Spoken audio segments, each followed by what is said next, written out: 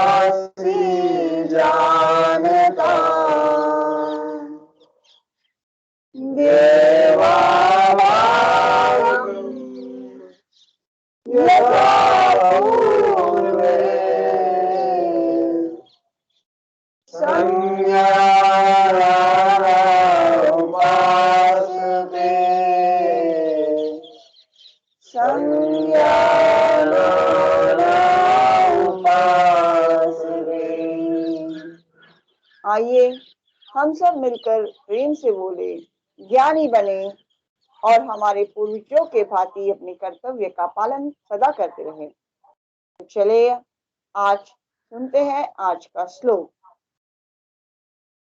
सूरज। हरिओम। आज हमारे इस योगाभ्यासक्रम योगा कनेक्ट विथ यूथ का 9वां दिन है। आज का यह श्लोक विशेषतः युवाओं के लिए है। यह श्लोक श्रीमद् भगवत गीता का दूसरे अध्याय का तीसरा श्लोक है। तो सभी साधक मेरे साथ श्रीमद् भगवत गीता के दूसरे अध्याय के तीसरे श्लोक का पठन करेंगे।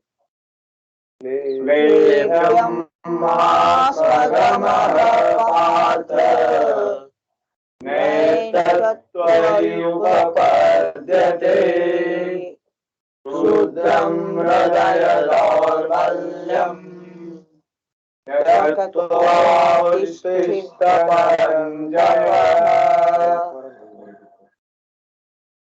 और एक बार हम इसे रिपीट करेंगे।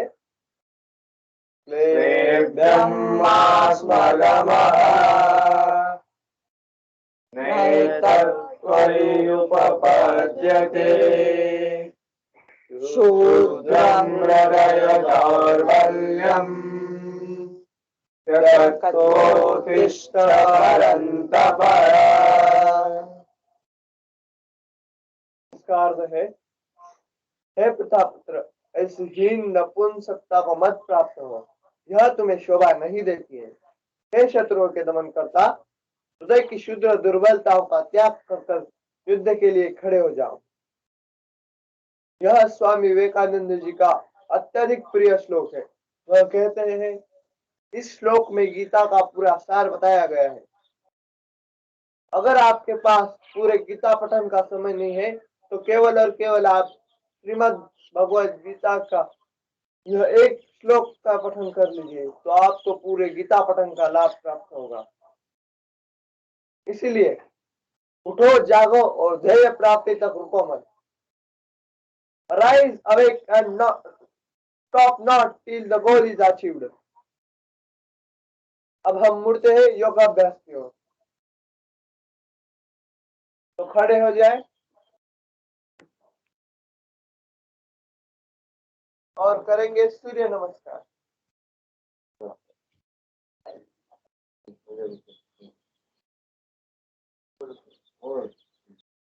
हम सूर्य नमस्कार 3 प्रकार से करते हैं। तो पहले हम करेंगे आसनों के नाम का उच्चारण करते हुए, हाथ को जोड़ते हुए नमस्कार आसन, हाथों को खोलते हुए पीछे ले हस्त उत्थान आसन या ऊर्ध्व हस्तासन, जितना संभव है हाथों को नीचे अपने पैरों को स्पर्श करने का प्रयास करें, उंगलियां जुड़ी हुई, और अगर आपको संभव है तो आप अपने हथेलियों को जमीन पर स्पर्श करें। बायां पैर पीछे लेते हुए अपने दोनों हथेलियों के बीच में अपना दायां पैर हो और नीचे की ओर देखें, पैर को पीछे लेते हुए। इसका नाम है वाम अश्व संचालनासन या एक पाद प्रसरणासन। दूसरा पैर को पीछे लेते हुए पर्वतासन, ट्रायंगल लाइक पोजीशन। अपने अष्टांग जमीन की ओर टिके हुए हैं, खाली पेट थोड़ा सा ऊपर उठा हुआ है। साष्टांग नमन या अधमुख शवासन, यह सूर्य नमस्कार में की यूनिक स्थिति है जो रिपीट नहीं होती। सिर्फ भुजंगासन और अधमुख शवासन यह रिपीट नहीं किए जाते, बाकी सब स्थितियां रिपीट होती है। भुजंगासन यह भी सूर्य नमस्कार में की यूनिक पोजीशन है, यूनिक स्थिति है। अपनी नाभि की ओर देखते हुए पर्वतासन, ट्रायंगल लाइक पोजीशन। पहले हमने बायां पैर पीछे लिया था, अब हम दायां पैर पीछे रखेंगे और अपने दोनों हथेलियों के बीच में अपना बायां पैर आ जाए। एक पाद प्रसरणासन या दक्षिण अश्व संचालनासन, पैर को आगे लेते हुए पाद हस्तासन, हाथों को पीछे लेते हुए ऊर्ध्व हस्तासन या हस्त उत्थानासन, नमस्कार स्थिति, नमस्कार आसन। अब हम इसे श्वास प्रश्वास की गति पर ध्यान देते हुए करेंगे। सामान्य श्वास जारी है, नमस्कार आसन। सांस भरते हुए ऊर्ध्व हस्तासन या हस्त उत्थानासन, सांस को छोड़ते हुए पाद हस्तासन, सांस भरते हुए वाम अश्व संचालन या एक पाद प्रसरणासन, सांस छोड़ते हुए पर्वतासन। सामान्य स्थिति में श्वास जारी है। साष्टांग नमन या अधोमुख शवासन, सांस भरते हुए भुजंगासन, सांस छोड़ते हुए पर्वतासन, सांस भरते हुए दक्षिण अश्व संचालनासन, एक पाद प्रसरणासन, सांस छोड़ते हुए पाद हस्तासन, सांसों को गहरा भरते हुए हस्त उत्थानासन या ऊर्ध्व हस्तासन। सामान्य स्थिति, नमस्कार।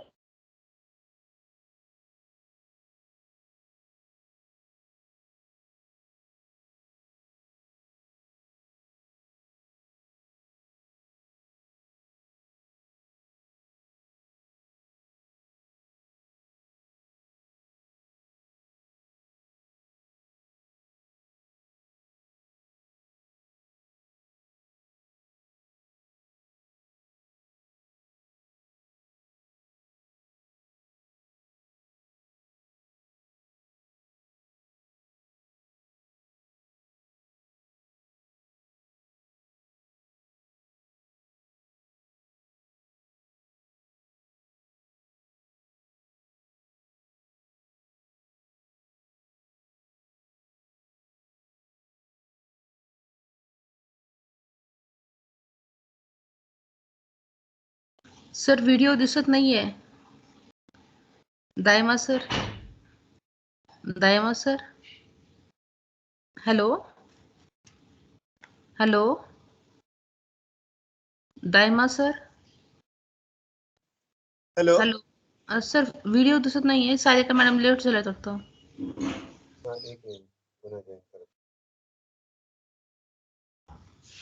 एक मिनिट, जॉईन होत आहेत.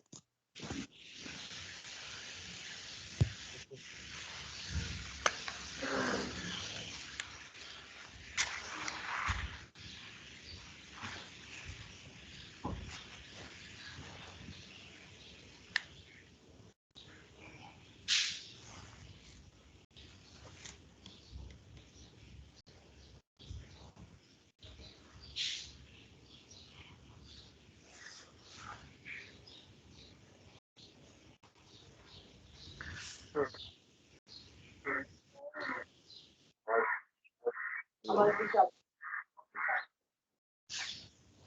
व्हिडिओ आणि आवाज येतोय ना बरोबर आता?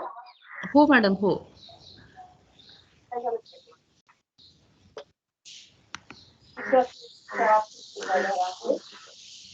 अब हम दूसरा सूर्य नमस्कार कर दोहराएंगे। फिर हम मंत्रों के उच्चारण के साथ देखेंगे। ओम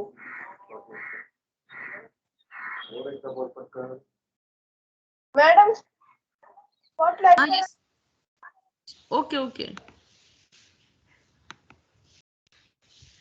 ओम मित्राय नमः। ओम रवये नमः। ओम सूर्याय नमः। ओम भानवे नमः। ओम खगाय नमः। ओम पुष्णे नमः। ओम हिरण्यगर्भाय नमः। ओम मरीचे नमः। ओम आदित्याय नमः। ओम सवित्रे नमः। ओम अर्काय नमः। ओम भास्कराय नमः। ओम श्री सवित्रो सूर्य नारायणाय नमः।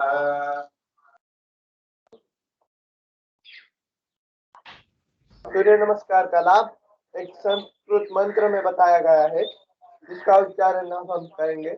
तो सभी साधक मेरे साथ मंत्र का उच्चारण करेंगे। आदित्यस्य नमस्कारान् ये कुर्वन्ति दिने दिने आयु प्रज्ञा बलं वीर्यं तेजस्तेषां च जायते। आदित्यस्य नमस्कारान् ये कुर्वन्ति दिने दिने जन्मान्तरसहस्रेषु दारिद्र्यं नोपजायते। अकालमृत्युहरणं सर्वव्याधिविनाशनम् सूर्यपादोदकं तीर्थं जठरे धारयामि। इसका अर्थ है, जो व्यक्ति, जो साधक प्रतिदिन हर रोज सूर्य नमस्कार करता है, उसकी आयु, प्रज्ञा और बल में वृद्धि होती है। उसे किसी भी रूप का दारिद्र्य नहीं आता, चाहे वो मानसिक हो, आर्थिक रूप से हो या शारीरिक रूप से हो। वो 100 साल तक जी सकता है। उसकी जठराग्नि सदैव जागृत रहती है। उसकी चय अपचय क्रिया अच्छी रहती है। वह सदैव निरोगी रहता है। तो शुरू करेंगे योगिक जॉगिंग। पहला प्रकार,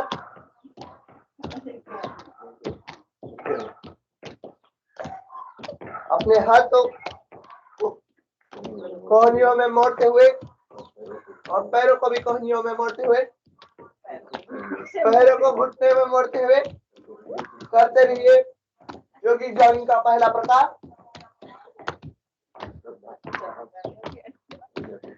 पूरी श्रद्धा के साथ अपनी ऊर्जा का पूरा इस्तेमाल करते हुए, पूरे जोश के साथ। दूसरा अभ्यास, लेफ्ट राइट कदम ताल, अपने हाथ पूरे सीधे हैं, आगे को और पीछे हाथों को लेते हुए कंधों के समांतर दिशा में अपने हाथ है। तीसरा प्रकार, दोनों हाथ कमर पर रखते हुए पैर ऊपर उठाएंगे। इसमें आप जंपिंग भी कर सकते हैं।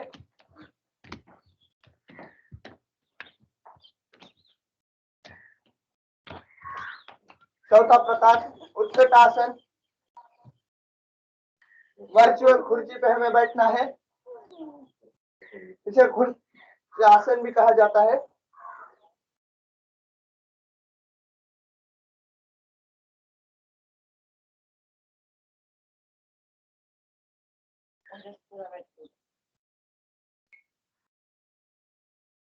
पांचवा प्रकार हनुमान बैठक।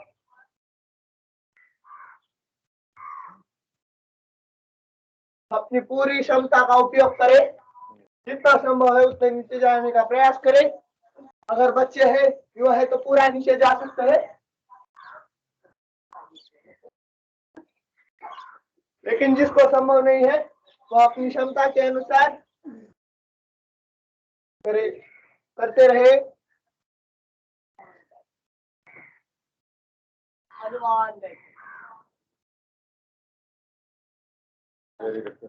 जारी रखे हनुमान बैठक। पूरे बल के साथ, पूरी ताकत के साथ, अपनी पूरी क्षमता का उपयोग करते हुए वीरभद्रासन। छठा प्रकार वीरभद्रासन। वीरभद्रासन 3 प्रकार से किया जाता है।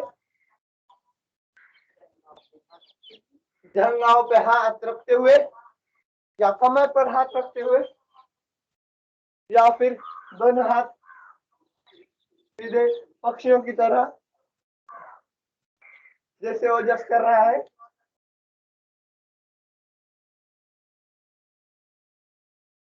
करते रहे। योगिक जॉगिंग का छठा प्रकार वीरभद्रासन। वीरभद्रासन चालू है। अब हम करेंगे सातवां प्रकार फेफड़ों के व्यायाम। पूरी कार्य क्षमता को उपयोग में लाते हुए गहरा सांस भरे और गहरा सांस छोड़े। सांस भरते हुए हाथ पीछे जा रहे हैं और सांस छोड़ते हुए हाथ आगे आ रहे हैं। फेफड़ों के व्यायाम यह अपने फेफड़ों के लिए बहुत महत्वपूर्ण है। अपनी पूरे हृदय की कार्य क्षमता को बढ़ाने के लिए, उसमें वृद्धि लाने के लिए और पूरी कार्य क्षमता का उपयोग करें। 30-40 बार कम से कम हम ये करें। इससे फेफड़ों की पूरी कार्य क्षमता का उपयोग होता है, शरीर को शुद्ध प्राणवायु मिलता है। आठवां प्रकार त्रिकोणासन। और हमें थोड़ा सा अर्थ कर लेते हुए अपने लेफ्ट हैंड को नीचे, लेफ्ट पैर को टच करें और राइट हैंड मूल स्थिति, नीचे की ओर मूल स्थिति। अब हम थोड़ा फास्ट करेंगे, देखते जाइए और करते जाइए। पूरी कार्य क्षमता का उपयोग करें, जितना संभव है उतना करें। कोणासन, अपोजिट लेग और opposite hand, cross touching. Right leg को लेफ्ट हैंड से टच करना है और लेफ्ट हैंड को राइट लेग से टच करना है। अब हम इसका शॉर्टकट करेंगे। नीचे के नीचे शॉर्टकट जारी है। कोणासन का शॉर्टकट। पूरी कार्य क्षमता का उपयोग करें, ध्यान से करें। नवा प्रकार कोणासन। 10वां प्रकार ऊर्ध्व हस्तासन, हस्त उत्थानासन। सांस भरते हुए ऊर्ध्व हस्तासन, सांसों को छोड़ते हुए आध हस्तासन। ऊर्ध्व हस्तासन, आध हस्तासन, ऊर्ध्व हस्तासन, आध हस्तासन। अब मुझे थोड़ा स्पीड से करेंगे। सांस भरे छोड़े, सांस भरे छोड़े, सांस को पूरा भरे और छोड़े। घुटने नहीं मोड़ना है।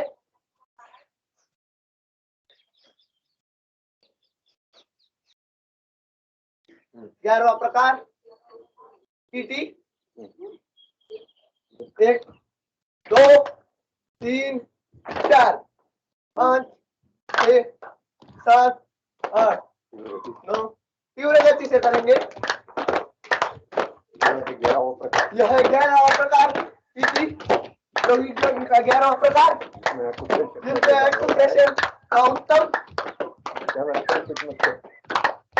जिसमें एक्यूप्रेशर होता है, उत्तम तरीके से एक्यूप्रेशर होता है, पूरे शरीर को शुद्ध ऑक्सीजन का रहता होता है। यह एक स्थूल व्यायाम है। इससे हमारे शरीर में ब्लड सप्लाई पूरे शुद्ध तरीके से होता है। लास्ट कटी नृत्यासन अपनी क्षमता के अनुसार करें, जितना संभव है उतना ही करें।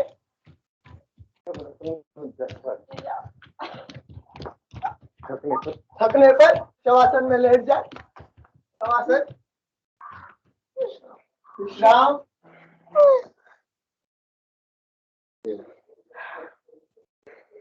पूरा शरीर आराम से भूमि पर टिका दीजिए। शवासन की स्थिति धारण कर लीजिए। पैरों में 1 फीट का डिस्टेंस एरिया अंदर, पंजे बाहर की ओर, हथेलियां जंघाओं के समीप खुली आकाश की दिशा में फैली हुई। बढ़ती हुई धड़कनों को धीरे धीरे सामान्य होने दीजिए। पूरा शरीर एकदम हल्का सा छोड़ दीजिए। पैर की उंगलियां, एड़िया, पूरा पंजा, पिंडलियां, घुटना, जंघाएं, पूरा पाव एकदम रिलैक्स कर दीजिए। उसे ढीला छोड़ दीजिए। हाथों की हथेलियां, भुजाएं, बाजुएं, पूरा हाथ एकदम हल्का सा छोड़ देना है। रिलैक्स हो जाना है, शिथिल कर देना है। पीठ का हिस्सा, पेट का हिस्सा, छाती, गर्दन, कंधे, सर का हिस्सा, पूरा शरीर आपको एकदम हल्का सा छोड़ देना है। सामान्य सांस होने के पश्चात लंबे गहरे सांस धीमे धीमे भरते जाइए और धीमे धीमे छोड़ते जाइए। आप खुद को बहुत हल्का सा महसूस कर रहे हो, एकदम हल्का सा। कोई भी स्ट्रेचिंग, तनाव आपके शरीर में नहीं है। पूरा शरीर एकदम हल्का सा हो गया है। Relax, relax.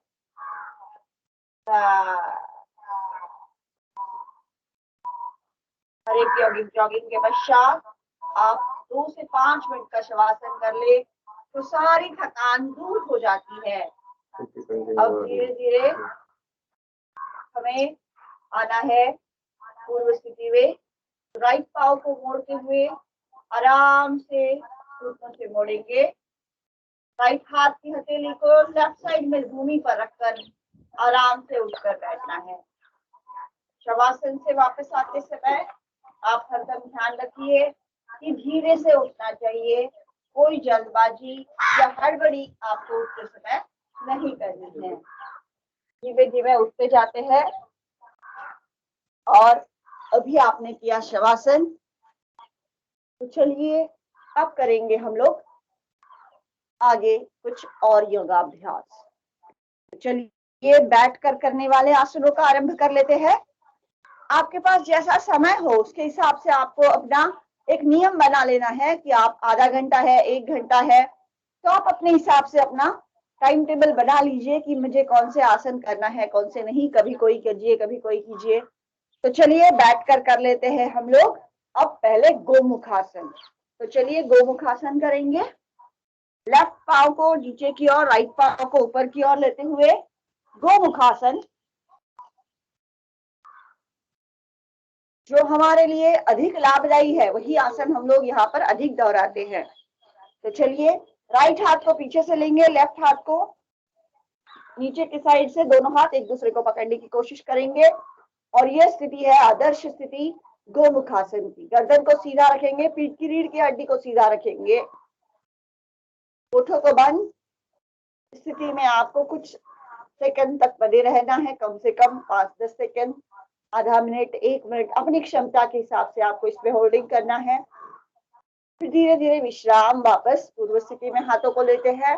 दूसरी साइड से करते हैं गोमुखासन। दूसरी साइड से लेफ्ट पाव का घुटना ऊपर की ओर, राइट पाव का घुटना नीचे की ओर। लेफ्ट हाथ ऊपर से लेंगे, राइट हाथ पीछे से लेंगे और धीमे धीमे करेंगे गोमुखासन। गर्दन को सीधा रखिए, गर्दन को मोड़िए मत, झुकाइए मत। आपका हाथ और कंधे एक दूसरे को स्पर्श ना करे तो चलेगा, कोई दिक्कत नहीं है। गर्दन सीधी रखो बेटा, बहुत अच्छी। इससे आपके रीढ़ की हड्डी सीधी रहेगी, स्पाइनल का जो प्रॉब्लम है वो भी कम हो जाता है और कुबड़ापन भी इससे दूर होता है। आमाशय और गर्भाशय के विकार के लिए, किडनी के लिए, योनि से संबंधित विकारों के लिए लाभदायी है ये गोमुखासन। विश्राम। अब इसी के पश्चात इसी स्थिति में कर लेते हैं अर्ध मच्छिंद्रासन।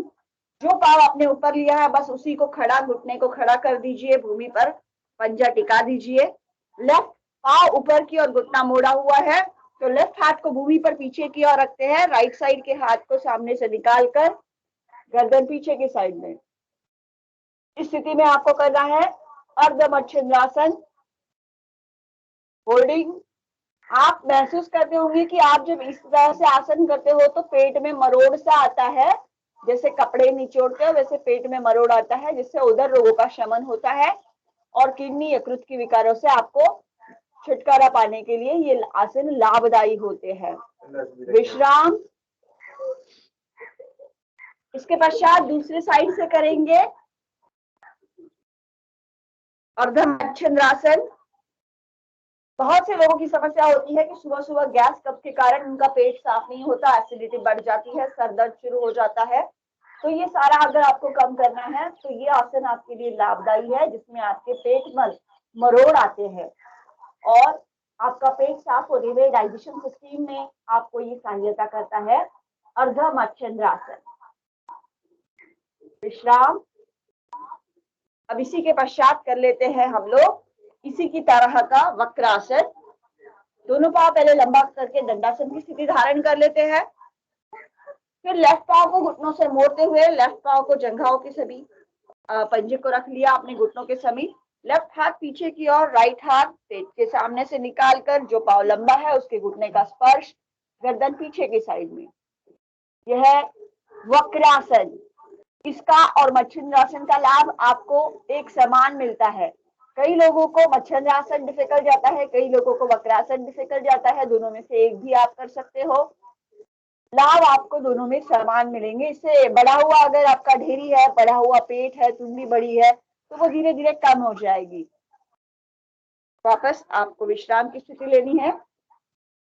राइट साइड के पांव को इस तरह से वापस घुटनों से मोड़ेंगे, राइट हाथ पीछे की ओर, लेफ्ट हाथ पेट के सामने से और गर्दन पीछे की ओर राइट साइड में।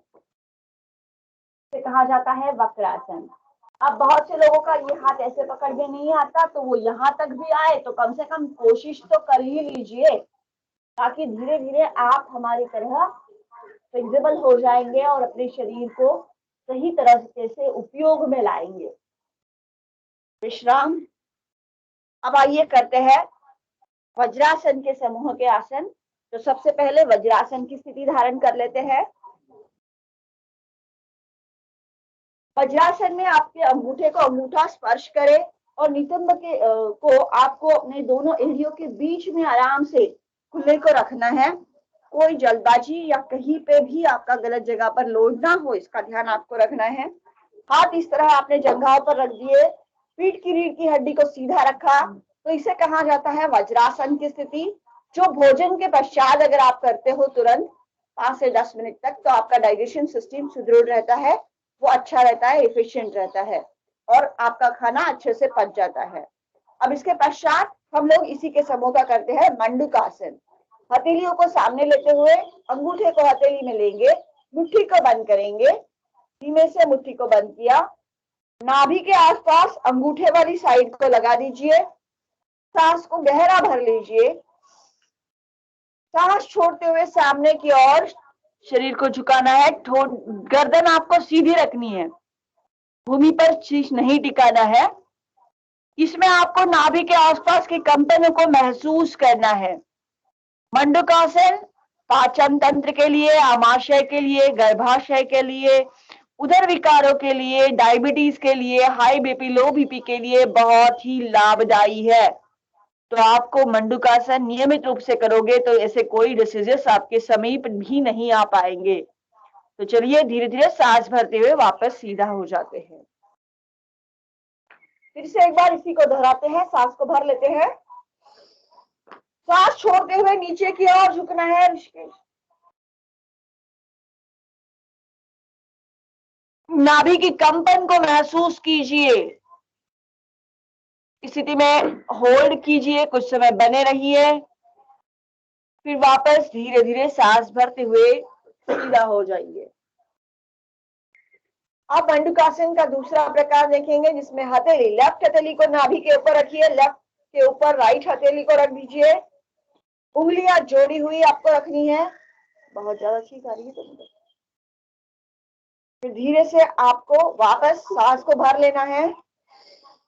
सांस छोड़ते हुए आराम से सामने की ओर झुकना है। नाभि की कंपन को महसूस करना है।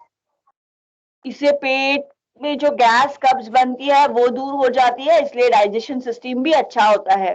हमारे कई रोग होते हैं जिसमें हमारी गैस और कब्ज के कारण ही हमारे सर दर्द तक, स्पाइनल में प्रॉब्लम्स आते हैं और अनेक विकारों का निर्माण वहां से ही शुरू होता है, गैस और कब्ज के कारण। तो गैस और कब्ज ना होने दे, इस आसनों में आपकी गैस कब्ज भी बाहर निकल जाती है। वापस धीरे धीरे सांस भरते हुए ऊपर की ओर आएंगे।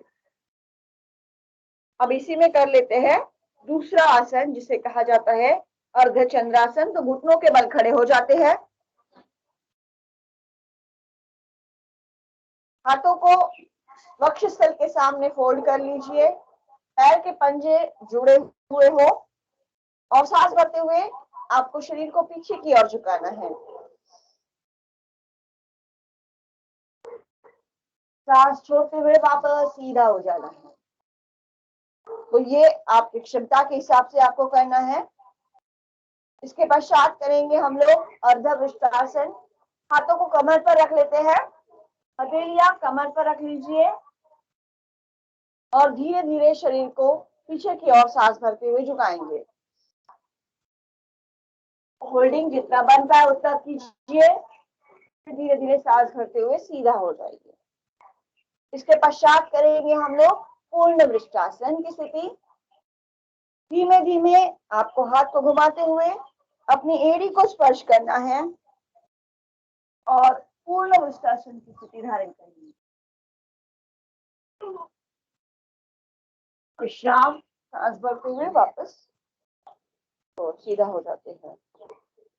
अब इसके पश्चात वापस वज्रासन में आ जाइए।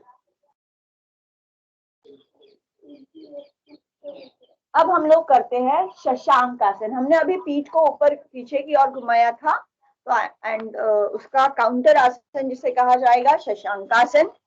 सांसों को भरते समय जैसे आपने ऊर्ध्वस्थासन किया था वैसे हाथों को पीछे लिया जाता है, शरीर को थोड़ा पीछे झुकाते हुए, फिर सांस छोड़ते हुए आराम से पहले हथेली और शीश को भूमि पर टिकाया जाता है।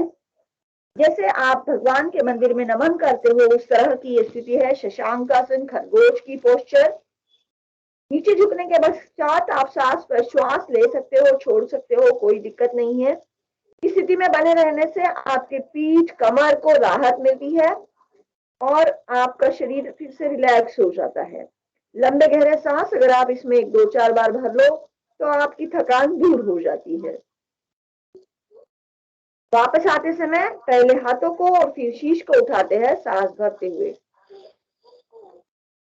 ऊर्ध्वस्थासन की स्थिति और फिर वज्रासन में आ जाते हैं। अब इसके पश्चात हम लोग देखेंगे कुछ पेट पर लेटकर आसन। तो चलिए पेट के बल लेट जाइए।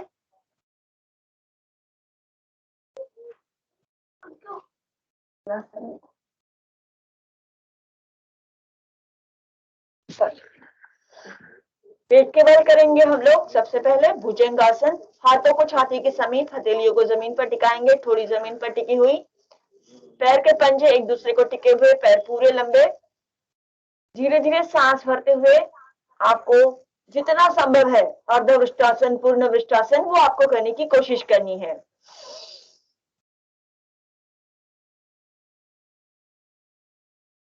सांस छोड़ते हुए वापस ठोड़ी को जमीन पर टिकाते हैं। तो ये हमने किया पूर्ण भुजंगासन। तो अपनी क्षमता के हिसाब से आपको धीमे धीमे स्टैमिना बढ़ाना है। फिर उसके पश्चात कर लेंगे तिर्यक भुजंगासन। तो चलिए फिर से एक बार दोहराते हैं। सांस भरते हुए ऊपर की ओर उठते हैं, लेफ्ट साइड में गर्दन को घुमाकर लेफ्ट एडी के दर्शन करेंगे। फिर वापस गर्दन को सीधा करते हुए आराम से सांस छोड़ते हुए ठोड़ी को जमीन पर रखेंगे। अपोजिट साइड से करते हैं तिर्यक भुजंगासन। सांस भरते हुए ऊपर की ओर राइट साइड में गर्दन को मोड़कर राइट एडी को देखेंगे। फिर वापस धीरे धीरे गर्दन सामने करते हुए आराम से ठोड़ी को जमीन पर रखना है। जल्दबाजी नहीं करनी है, ये ध्यान रखिए। आप होल्डिंग थोड़ा कम कीजिए पर गड़बड़ में मत करिए।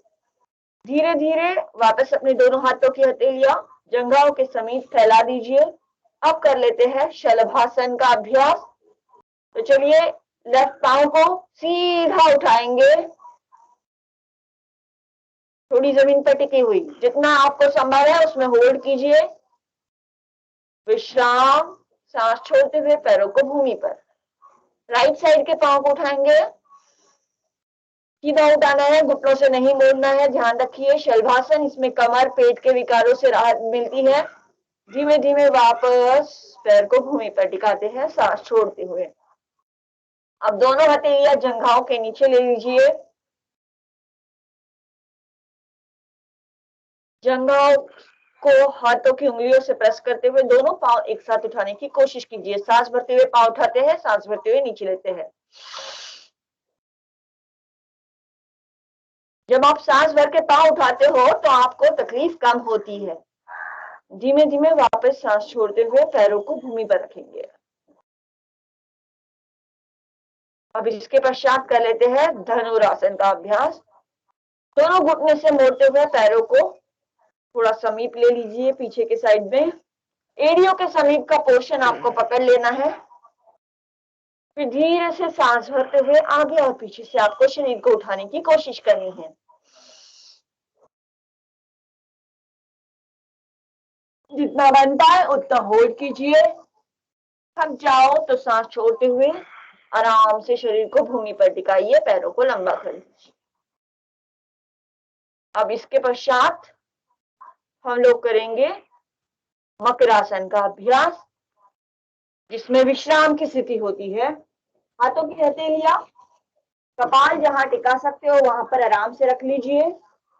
पैर में 1 फीट का डिस्टेंस, एरिया अंदर, पंजे बाहर। शीश आपके हथेलियों पर टिका दीजिए। लंबा गहरा सांस 1 से 2 बार भरिए।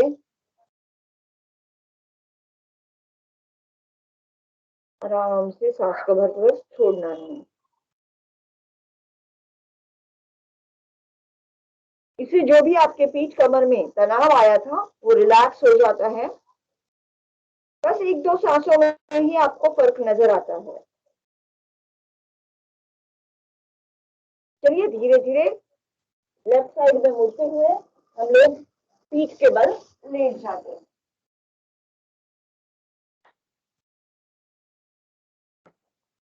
अब पीठ पर लेटकर हम लोग कुछ आसन करेंगे, जिसमें सबसे पहले करेंगे थोड़ा सीधा जाओ बराबर। अब हम लोग सबसे पहले करते हैं मरकट आसन का अभ्यास, जो हमने बहुत कम किया है। तो दोनों घुटनों को मोड़ लीजिए, जिससे कमर के दर्द में, पेट में, आमाशय में आपको लाभ मिलता है। यकृत और किडनी के विकारों में भी लाभ मिलता है। दोनों घुटने एक दूसरे को जोड़ लीजिए। हाथों की हथेलियां कंधों के समांतर आपको फैलानी है आकाश की दिशा में। के पश्चात धीरे धीरे आपको दोनों घुटने एक साथ लेफ्ट साइड में मोड़ना है और गर्दन को राइट साइड में मोड़ना है। यह स्थिति है मरकट आसन का पहला प्रकार। हर आसन में होल्डिंग करने से ही लाभ मिलता है, सिर्फ करके निकल जाने पर नहीं मिलता। जब आप स्टडी करते हो, जब तक आप उसको अच्छे दिल से नहीं करते तब तक आपके दिमाग में, मेमोरी में वो नहीं बैठता। सिर्फ नजर घुमाने से नहीं होता, तो उसको आपको अच्छे से ध्यान देकर पढ़ना होता है। वैसे ही हमें यहाँ पर कुछ समय के लिए होल्डिंग करके उस पर ध्यान देना होता है। विश्राम, वापस घुटनों को सीधा करेंगे, गर्दन को सीधा करेंगे। अब राइट साइड की ओर गर्दन को, पाँव को मोड़ते हैं, लेफ्ट साइड में गर्दन को मोड़ते हैं। हाथों की हथेलियां कंधों के संबंध तक लेंगे।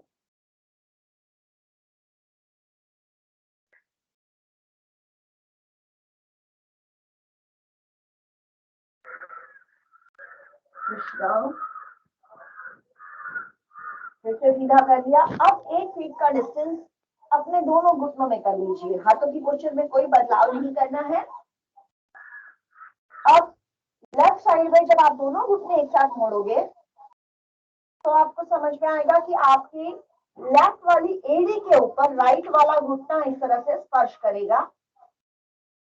गर्दन आपको अपोजिट साइड में, राइट साइड में टर्न कर देनी है। इसमें कुछ समय बने रहना है।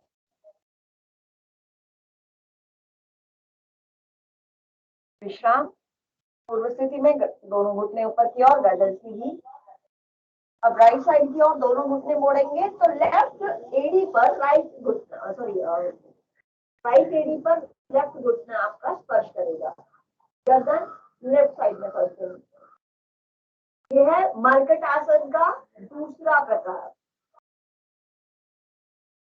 इससे आपके पेट की, पीठ की जो एक्स्ट्रा चर्बी है वो बर्न होती है। आमाशय, गर्भाशय भी सुदृढ़ रहता है। पाचन तंत्र भी अच्छे से होता है। फिर से विश्राम। अब तीसरा आसन जो करना है उसमें पाँव को लंबा कर लीजिए।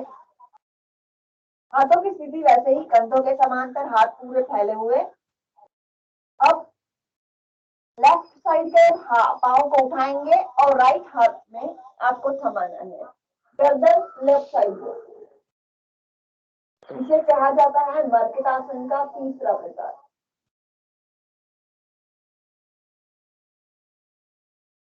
विश्राम। अब राइट पाँव को उठाएंगे और लेफ्ट हाथ की हथेली में थमाएंगे। गर्दन राइट साइड में।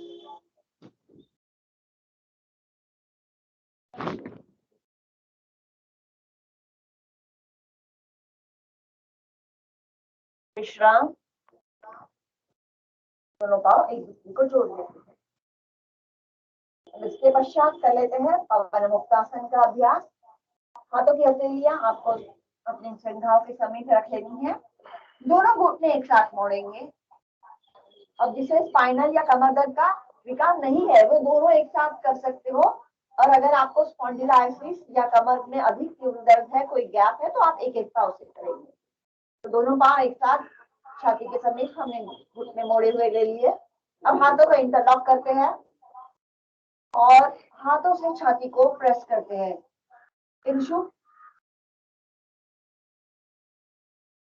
फिर गर्दन उठाकर नासिका से स्पर्श करेंगे। घुटनों का स्पर्श नासिका से, स्थिति में बने रहना है। गैस कब्ज, पूरी हवा आपकी निकल जाती है ऊपर से या नीचे से। धीरे धीरे वापस पूर्व स्थिति में आए। विश्राम। और इसके पश्चात करेंगे उत्तान पादासन, एक एक पाँव से। अगर किसी की नाभि ढक जाए, पेट सीधे से सरक जाती है, ऐसे कहते हैं, तो उस समय आपको उत्तान पादासन में लाभ मिलता है। धीरे धीरे लेफ्ट पाँव को सीधा उठाते हैं, सीधा करेंगे, जितना बन पाए होल्ड कीजिए, फिर वापस आराम से भुजा पर रखेंगे। अब दूसरे पाँव को सीधा उठाएंगे, राइट साइड के पाँव को सीधा उठाते हैं, यथाशक्ति होल्डिंग, फिर धीमे धीमे वापस भुजा पर आपको इसे रख लेना है। इसके पश्चात दोनों पाँव एक साथ उठाने हैं, सांस भरते हुए। दोनों पाँव एक साथ आपको उठाने के लिए चाहो तो जंघाओं के नीचे हथेलियां रख दीजिए।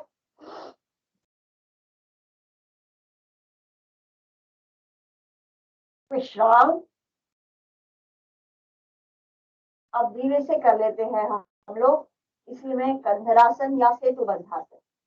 चलिए, दोनों घुटनों को मोड़ लेते हैं और एड़ियों के समीप अपनी हथेलियां रखकर अपने हाथों से एड़ियों को पकड़ लेंगे। कंधे ना उठाते हुए सिर्फ कमर का पोर्शन आपको ऊपर की ओर उठाना है। सांस भरते हुए कमर का पोर्शन ऊपर की ओर उठाया, कंधे जमीन पर टिके हुए, कंधरासन इसे कहा जाता है। धीरे धीरे सांस छोड़ते हुए आराम से कमर को भूमि पर रखते हैं। अब इसके पश्चात हम लोग कर लेते हैं अर्ध हलासन का अभ्यास, इसमें 90 डिग्री पांव आपको सीधे कर कर आपको स्टेबल होने की कोशिश करनी है। ये कंसंट्रेशन आपका बढ़ाएगा।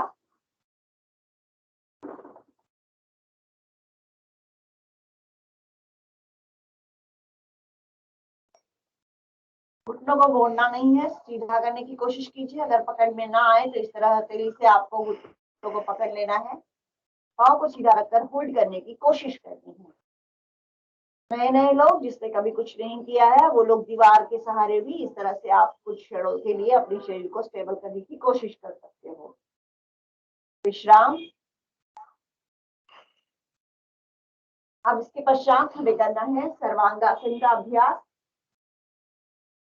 धीरे धीरे हम लोग करेंगे सर्वांगासन, जिसमें कमर के नीचे हथेली को लेकर आपको पूरा पाँव ऊपर की ओर उठाना है।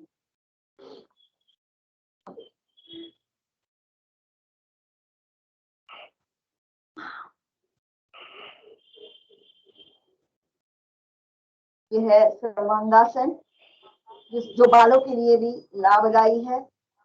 हृदय में रक्त का संचार सुचारू करने के लिए, ब्रेन में रक्त का संचार सुचारू करने के लिए सर्वांगासन बहुत ही लाभदायी है। पैरालिसिस, फाइनली ये सारे प्रॉब्लम्स हमारे वायु का संचार, रक्त का संचार ब्रेन में कम होता है, इसके कारण होते हैं। ये दूर करने के लिए अगर आप पहले से ही ऐसे करते जाओ तो प्रॉब्लम्स नहीं आएंगी। विश्राम। अब धीरे से लेफ्ट साइड में टर्न होते हुए हम लोग उठकर बैठ जाएंगे।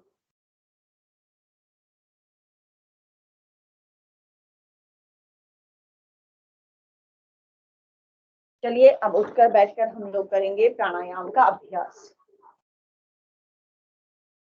सूर्य नारायण जी बहुत ऊपर आ गए हैं, अब हमारे चेहरे पर फ्लैश दे रहे हैं, तो हमारी आंखें आपको कुछ बंद कुछ चालू दिखेगी, तो कृपया आसनों पर ज्यादा ध्यान दीजिए।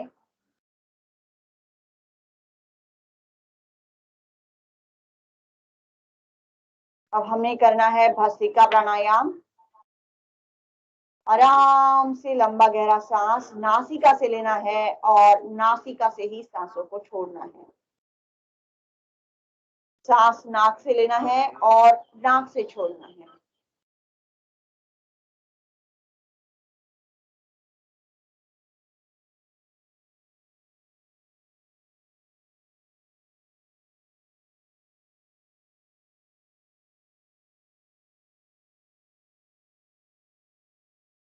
इसे कहा जाता है भस्त्रिका प्राणायाम, जिसमें आप लंबा गहरा सांस लेते हो और लंबा गहरा सांस नासिका से ही छोड़ते हो।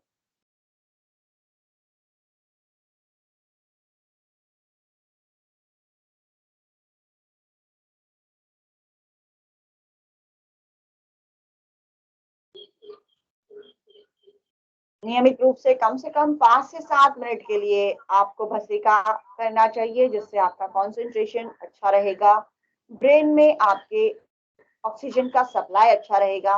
अगर ब्रेन में हमारे ऑक्सीजन का सप्लाई कम होता है, ब्लड सप्लाई बराबर नहीं होता है, तो स्पाइनल की प्रॉब्लम आती है, वर्टिगो की प्रॉब्लम्स आती है, चक्कर आने की समस्या होती है। जब जब हमारे ब्रेन में रक्त का संचार कम होता है या उसमें पहुंचने में कुछ कठिनाइयां आती है, तो उस समय हमारे सर से संबंधित विकारों में, गर्दन से संबंधित या स्पाइनल से संबंधित विकारों में शुरुआत हो जाती है। तो अगर हमें उससे दूर रहना है तो कम से कम 5 से 7 मिनट नियमित रूप से लंबा गहरा सांस नासिका से भरिए और नासिका से ही लंबा गहरा सांस आराम से छोड़िए, जिसे भस्त्रिका प्राणायाम कहा जाता है, जो प्राणवायु का संचार हमारे शरीर में सुचारू रूप से करता है।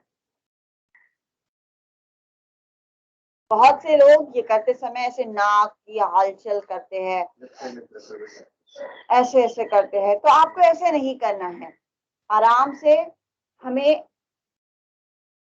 भस्त्रिका प्राणायाम करते रहना है। लंबा गहरा सांस, सहज, चेहरे पर आपके कोई भी तनाव महसूस ना हो, इस तरह आपको आराम से नासिका से सांस भरना है और नासिका से ही सांसों को आराम से छोड़ना है। तो इसे कहा जाता है भस्त्रिका प्राणायाम। तो करते रहेंगे भस्त्रिका प्राणायाम कुछ क्षणों के लिए, जिससे हमारा कंसंट्रेशन बढ़ेगा।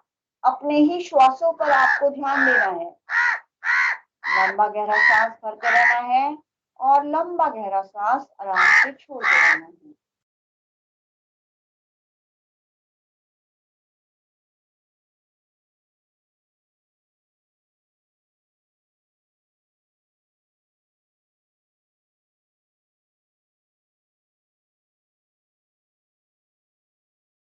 प्राणायाम में जो अनुभूति होती है उसे आपको अनुभव करना है।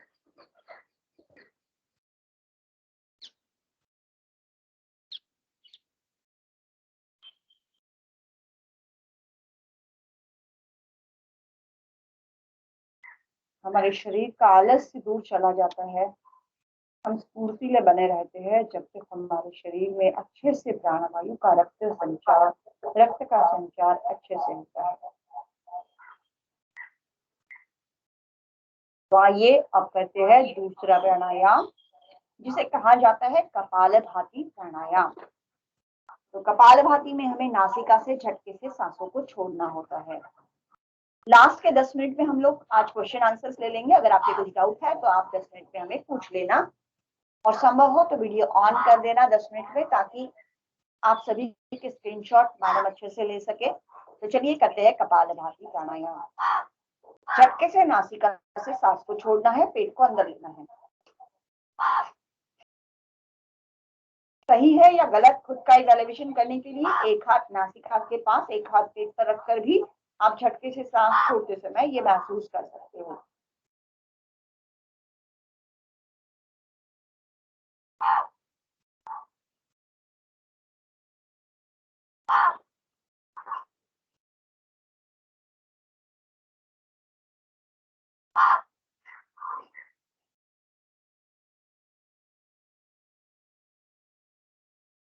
कपालभाति आपके कपाल पर कांति लाती है और डाइजेशन सिस्टम, पेट के विकार, उदर के विकारों से आपको दूर करती है कपालभाति प्राणायाम। तो चलिए करते रहिए। थक जाओ तो रुक कर 1-2 सांस भर लीजिए और फिर से कीजिए। धीरे धीरे अपने स्ट्रोक को आप काउंट कीजिए, 10, 20, 30, 40, 50, 60, 70, कहां तक आप जा सकते हो। 1 मिनट पे आपको काउंट करना है। धीमे धीमे शुरू करते हुए आप इसे तीव्र कर सकते हो। 1 सेकंड में 1 स्ट्रोक लगाकर 60 सेकंड में एक, यानी 1 मिनट में 60 स्ट्रोक आप लगा सकते हो।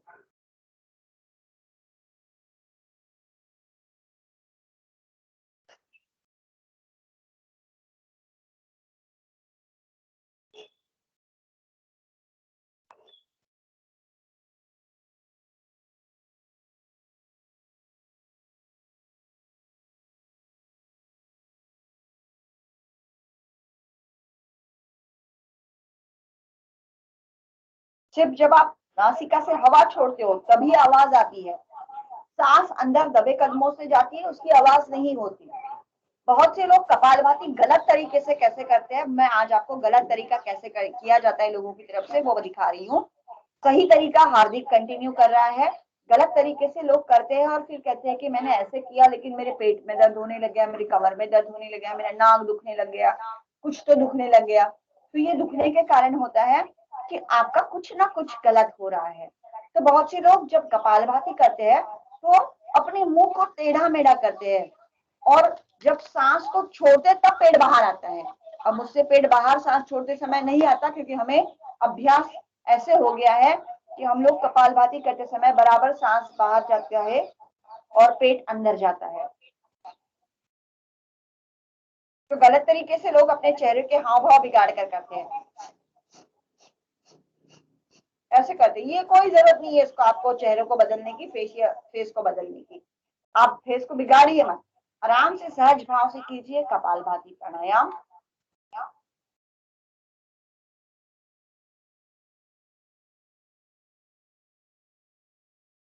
विश्राम। अब करेंगे हम लोग बाह्य प्राणायाम। तो बाह्य प्राणायाम में आपको नासिका से पहले सांसों को पूरा अंदर गहरा भर लेना है, फिर झटके से सांस बाहर निकालते समय 3 मध्य लगाने हैं। नाभि के नीचे गुदद्वार का क्षेत्र, जिसे मूलाधार क्षेत्र कहा जाता है, मूल बंध कहा जाता है, उसे सिकुड़ लेना है। फिर पेट को अंदर दबा लेना है। थोड़ी को कंठकूप को लगाकर सांस को बाहर रोकने की कोशिश करनी है अपनी क्षमता के हिसाब से। थकान आ जाए तो आप धीरे से गर्दन को ऊपर उठाते हुए सांसों को भर दिए, पेट को ढीला छोड़ दीजिए और मूल बंध को भी ढीला छोड़ दीजिए। तो हमारे साथ करते रहिए त्रिबंध वाली एक्सरसाइज।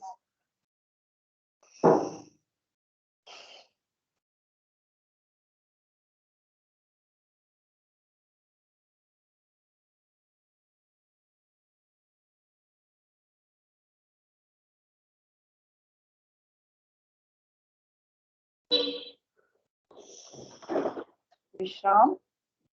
दूसरा राउंड करेंगे इसी का, सांस को भरकर फिर से झटके से छोड़ते हुए 3 बंद लगाएंगे।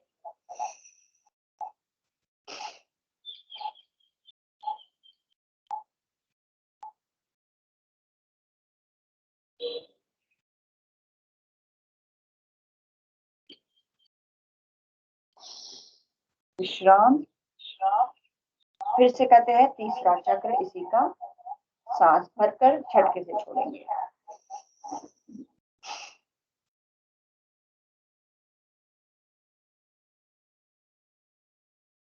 लगाया है मूल बंद, जालंधर बंद और उड्डीयान बंद। सांस बाहर रुका हुआ, यथाशक्ति उसे बाहर रोके रखिए। हट जाओ तो धीरे से गर्दन उठाते हुए सांसों को भरिए, पेट को ढीला छोड़िए, गुदद्वार का क्षेत्र भी ढीला छोड़ दिए। तो ये था, आपने देखा बाह्य प्राणायाम। अब करते हैं अग्निसार की क्रिया, जिसमें फिर से सांसों को पहले भर लेना है। पूरी हवा को नासिका से बाहर निकालकर पेट को अंदर बाहर करना है, सांस इसमें भी बाहर ही रुका होगा। तो चलिए करते हैं अग्निसार।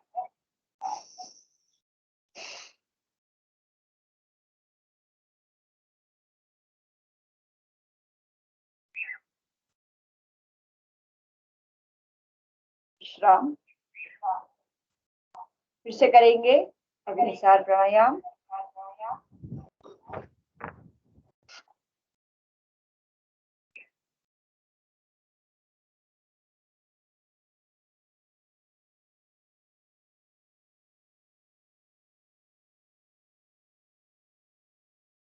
तीसरा चक्र।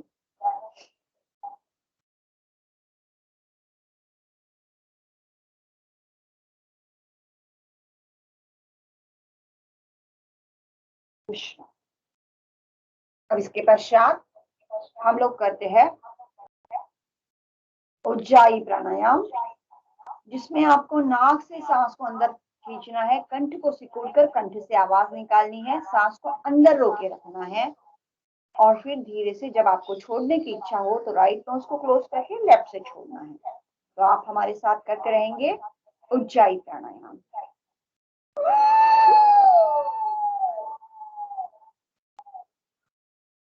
राइट नोज को क्लोज करते हैं, लेफ्ट से धीमे से सांसों को छोड़ दें। फिर से दोहराते हैं।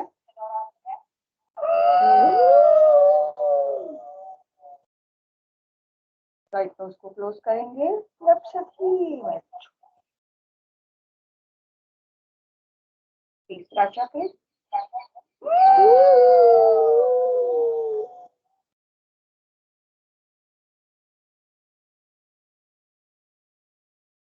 राइट को क्लोज करना है, लेफ्ट से धीमे से छोड़ना। तो हमने किया उज्जाई प्राणायाम, जिसमें हमारे सांसों को हमने अंदर ही रोक के रखा था। अब इसके पश्चात चलिए करेंगे अनुलोम विलोम की क्रिया। तो अपान मुद्रा, जैसे हमने आपको उस दिन में दिखाए थे, कुछ मुद्राएं भी आवश्यक होती है। अपान मुद्रा यानी बीच की 2 उंगलियां और अंगूठी की टोक को दबाकर लेफ्ट हाथ को अंगूठे घुटनों पर रखते हैं और यही उंगलियां हम लोग अनुलोम विलोम में यूज करते हैं। अंगूठे से पहले राइट नोज को क्लोज करके लेफ्ट से सांस को भरते हैं, फिर धीरे धीरे लेफ्ट को क्लोज करके राइट से छोड़ेंगे, फिर राइट से भरते हैं। जिस गति से आपने सांसों को अंदर भरा है उससे दुगनी गति से आपको सांसों को छोड़ने की कोशिश करनी है।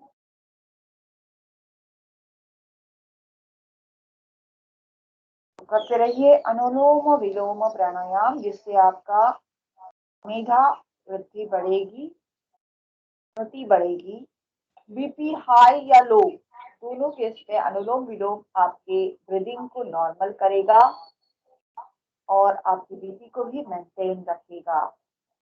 बहुत से लोगों को सर दर्द, माइग्रेन की समस्या होती है, तो वो अगर कम से कम 10-15 मिनट नियमित रूप से अनुलोम विलोम भस्त्रिका जैसे प्राणायाम करे तो उनका सर दर्द, सर्दी कि कब चली जाएगी उनको पता नहीं चलेगा। धीमे धीमे एक साइड से सांस को भर रहा है तो दूसरे साइड से छोड़ना है। जब आप सांस भरते हो तो उसे अनुलोम की क्रिया कही जाती है और जब आप सांस छोड़ते हो तो उसे विलोम कहा जाता है। तो हम कर रहे हैं अनुलोम विलोम।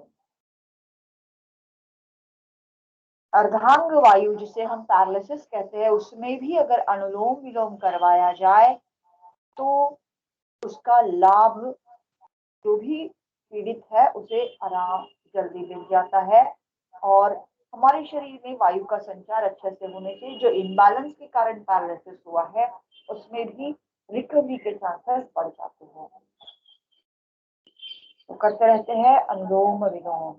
ब्रेन में अच्छे से ऑक्सीजन का सप्लाई होगा तो स्पाइनल स्पॉन्डिलाइसिस के कारण जो आपको चक्कर आते हैं, वर्टिगो के कारण जो चक्कर आते हैं, वो भी धीमे धीमे दूर चले जाते हैं। बस नियमित रूप से आपको इसे अधिक करना है। विशेष रोगों में आधा आधा 1-1 घंटा भी अनुलोम विलोम करवाया जाता है, जिससे बिना दवाई के लोग तंदुरुस्त होते हैं। अनुलोम विलोम करते रहेंगे। चलिए अब आते हैं भस्त्रिका भ्रामरी प्राणायाम की ओर।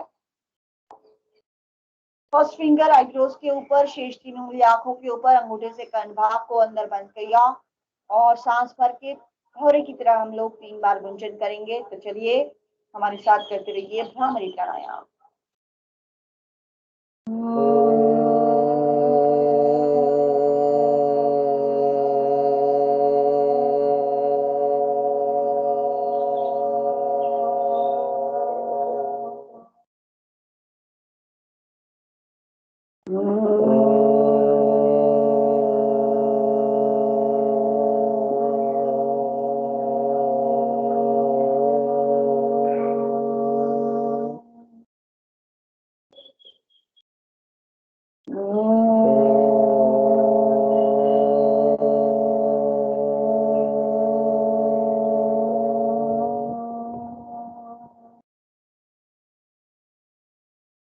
दोनों हाथों को आंखें बंद रखते हुए सिर्फ अपने घुटनों पर रख लीजिए और चलिए करते हैं उद्गीत के 3 चक्र। आप उद्गीत अधिक समय भी करो तो आपको नाभि से ऊपर वाले पोर्शन में जो वाइब्रेशन होते हैं उससे ब्रेन एक्टिव होता है और उससे भी हमें बहुत सारे लाभ मिलते हैं। कैंसर जैसे विकारों में भी ये उद्गीत प्राणायाम बहुत ही लाभदायी है, भ्रामरी और उद्गीत। तो चलिए करते हैं उद्गीत 3 बार। लंबा गहरा सांस भरते हुए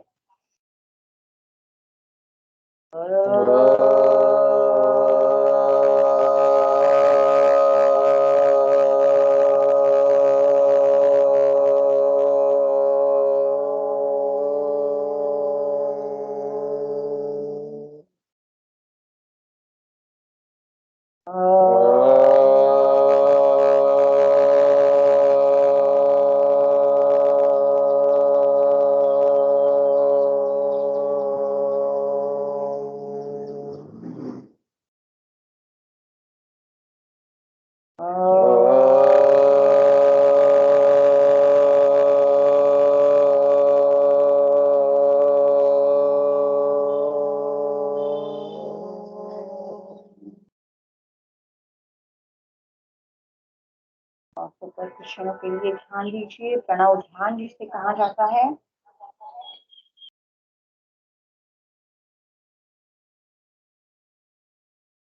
सांसों की तरफ भी आपको ध्यान देना है और मनोमन ये संकल्प कर लेना है कि हम निश्चित समय पर नित्य रूप से निश्चित अवधि के लिए योगाभ्यास करेंगे, जिससे हमारा तन मन शरीर फुर्तीला रहेगा, आलस्य भाग जाएगा, हम निरोगी रहेंगे, हम स्वस्थ रहेंगे, हमारे साथ हमारे परिवारजनों को भी हम स्वस्थ रखने में उनकी सहायता करेंगे और सभी मिलकर नित्य रूप से प्राणायाम योगाभ्यास करेंगे।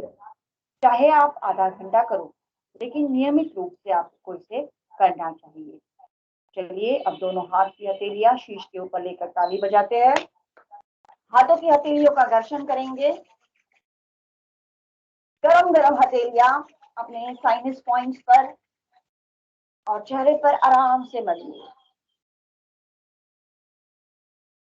2 से 3 बार हथेलियों का घर्षण करते हैं और हथेलियों को आराम से अपने चेहरे पर मसाज करते हैं। कर कमलों के दर्शन करते हुए धीरे धीरे अपनी आंखें खोलें।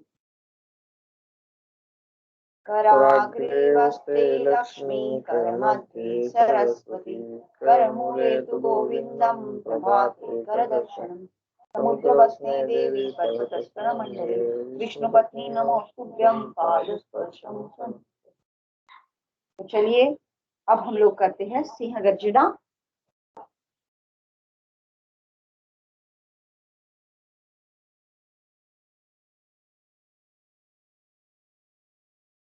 शेर की तरह आपको दहाड़ लगानी है। जीभ बाहर, सांस भर लीजिए और दहाड़ शुरू करेंगे 3 बार।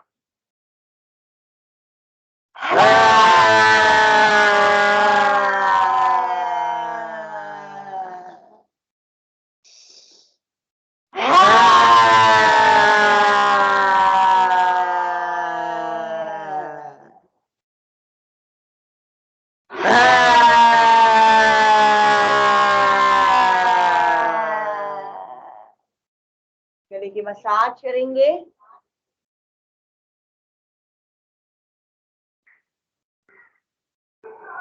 चलिए करते हैं हास्यासन का अभ्यास और समापन करेंगे। पहले करेंगे ठा के देख हंसना। तो चलिए हंसेंगे।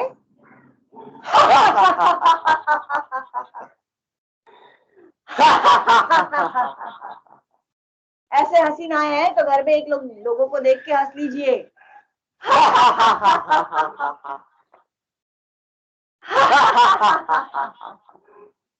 अब करते हैं फुल हास्य।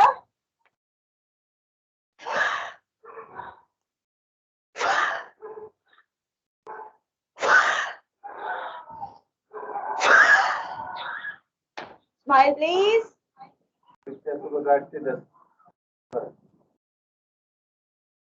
स्माइल।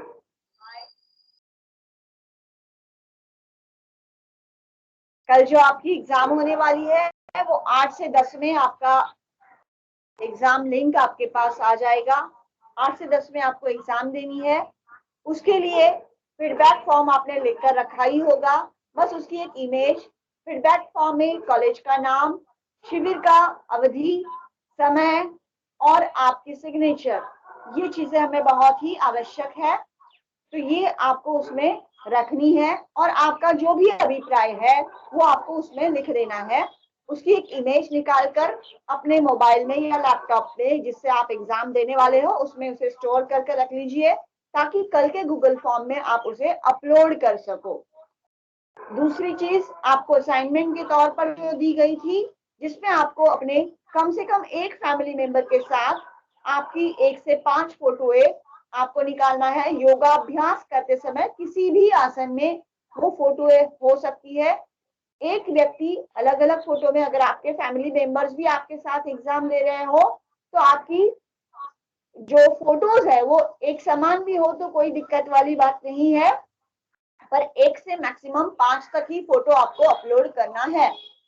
तो ये चीजें आपको कल के लिए तैयार आज ही कर लेनी है। अगर आपने नहीं की है तो उसे कर लीजिए।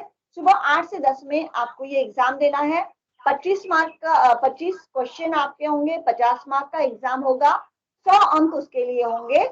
हर एक व्यक्ति जो पार्टिसिपेट करेगा उन्हें सर्टिफिकेशन इसमें दिया जाएगा। तो आप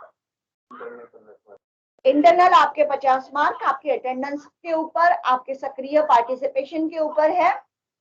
अगर आपने अभी तक उसका रिवीजन नहीं किया है तो सारे यूट्यूब वीडियोस जो आपको आपके ग्रुप में दिए गए हैं वो वीडियो आप एक बार देख लीजिए।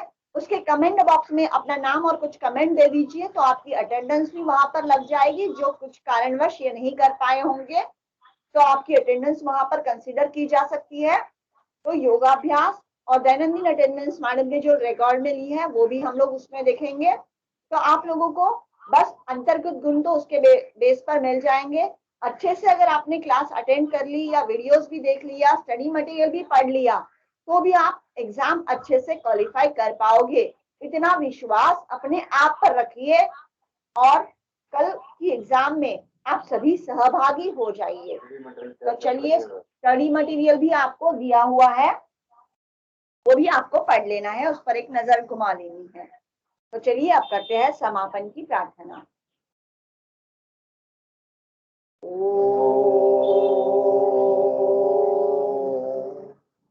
सर्वे भवन्तु सुखिनः, सर्वे सन्तु निरामयाः, सर्वे भद्राणि पश्यन्तु, मा कश्चित् दुःखभाग् भवेत्।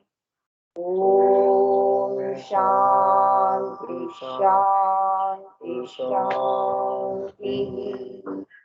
सभी को प्रणाम। सभी का जीवन निरोगी रहे, मंगलमय रहे, इसी कामना के साथ हम लोग विराम लेते हैं अगले सूत्र महाविद्यालय की ओर। मैडम, अगर किसी की शंकाएं आपके पास आई हुई है तो आप वो हमारे साथ शेयर कर सकती है या स्टूडेंट सीधा भी पूछ सकते हैं। हॅलो मॅडम, उद्याच्या एक्झामची लिंक आपण आपल्या ग्रुप्समध्ये टाकायची का? स्टुडंटच्या ग्रुपमध्ये मध्येच टाकूया मग. नाही, ह्या आपला जो योगाचा ग्रुप आहे ना त्यात तर टाकूच, पण त्याशिवाय सोबत आणखीन दुसऱ्या ग्रुपमध्ये पण जे स्टुडंटचे ग्रुप आहेत त्यात. हा चालेल मॅडम, तुम्हाला जिथे टाकायचं ते टाकू शकता, काही प्रॉब्लेम नाही. मॅडम, त्याच्याशिवाय पार्टिसिपेशन दिसणार नाही आपल्याला, कारण की हा, हा. कोर्स अटेंड केलेले विद्यार्थी आहे 10-15. हा, हा. आपल्याला जास्तीत जास्त लोकांना जर मुलांना जर इन्व्हॉल्व करून घ्यायचं असेल ना, तर आजच आपल्याला ते सगळे हे केलं पाहिजे, सगळ्या ग्रुपमध्ये स्प्रेड केलं पाहिजे.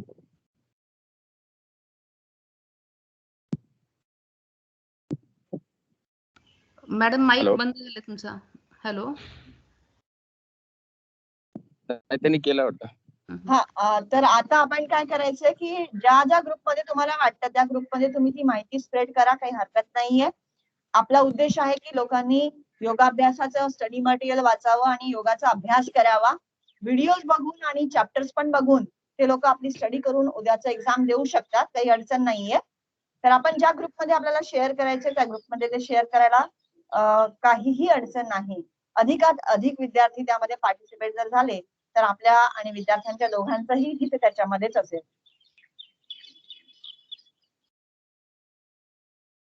चालेल मॅडम. हा, तर आता कोणाच्या काही शंका वगैरे असतील तर तुम्ही त्या चॅट बॉक्स मध्ये पण टाकू शकता किंवा व्हॉट्सअप ग्रुप मध्ये पण आपण पहिल्या दिवसापासून सांगतोय की त्या ग्रुपमध्ये कोणाच्या शंका असतील तर टाकू शकता किंवा आता ओरल विचारायचं असेल तर तसंही विचारू शकता. म्हणजे आपण समापन करूया. कुणाला काही विचारायचंय का? ऋतुजा, स्नेहल, अमृता असेल तर मग आपण आपलं समापन करू. अमृता, काही बोलशील का तू? अमृता गोरे. आणि मॅडम, उद्याचं कसं आहे, काही लोक फीडबॅक वगैरे देणार असतील तर आपण जो 6:30च्या नंतरचा वेळ त्यांना द्यायचा आहे का, ते एक कन्फर्म करून घ्यायचं होतं. Regulars ठेवूयात madam. हा चालेल. अमृता, माईक. हाँ मैम. हा, माईक ऑन कर, थोडासा अभिप्राय व्यक्त कर बेटा आजचा.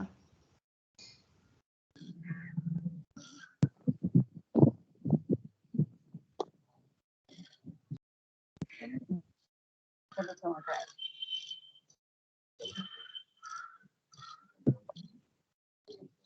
अमृता, आजचा अभिप्राय व्यक्त कर.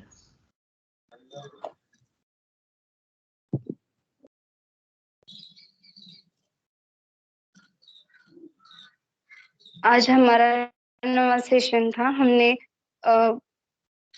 योगी जॉगिंग के 12 प्रकारों का अभ्यास किया. फिर हमने आसनों का अभ्यास किया, जिसमें हमने मर्कटासन और फिर हमने प्राणायाम किया, जिसमें अनुलोम विलोम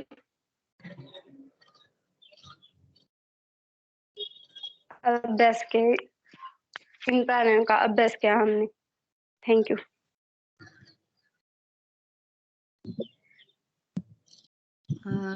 धन्यवाद अमृता. आजचं सेशन या ठिकाणी आपण संपलेलं आहे असं कन्सिडर करूयात. प्राचार्य सरांच्या परवानगीने आणि बेंबडे सरांच्या परवानगीने आजचं हे सेशन या ठिकाणी संपत आहे. तर उद्याच्या एक्झामसाठी सगळ्यांनी पूर्वतयारी करून ठेवायची आहे. योगासोबतचे 2 फोटो आणि अभिप्राय हा तुमच्या नोटबुकवरती लिहून ठेवायचा आहे. तर एक्झाम ही उद्या तुम्हाला तुमच्या व्हॉट्सअप ग्रुपवरती लिंक मिळून जाईल. त्यावरती लिंक दिल्या सुबह की कक्षा होगी और बाद में एग्जाम होगी. हा, सकाळी 6 वाजता क्लास असेल आणि त्यानंतर मग एक्झाम असेल. ओके, धन्यवाद. सगळ्यांचे धन्यवाद. मॅडमचे धन्यवाद. दायमा सरांचे धन्यवाद.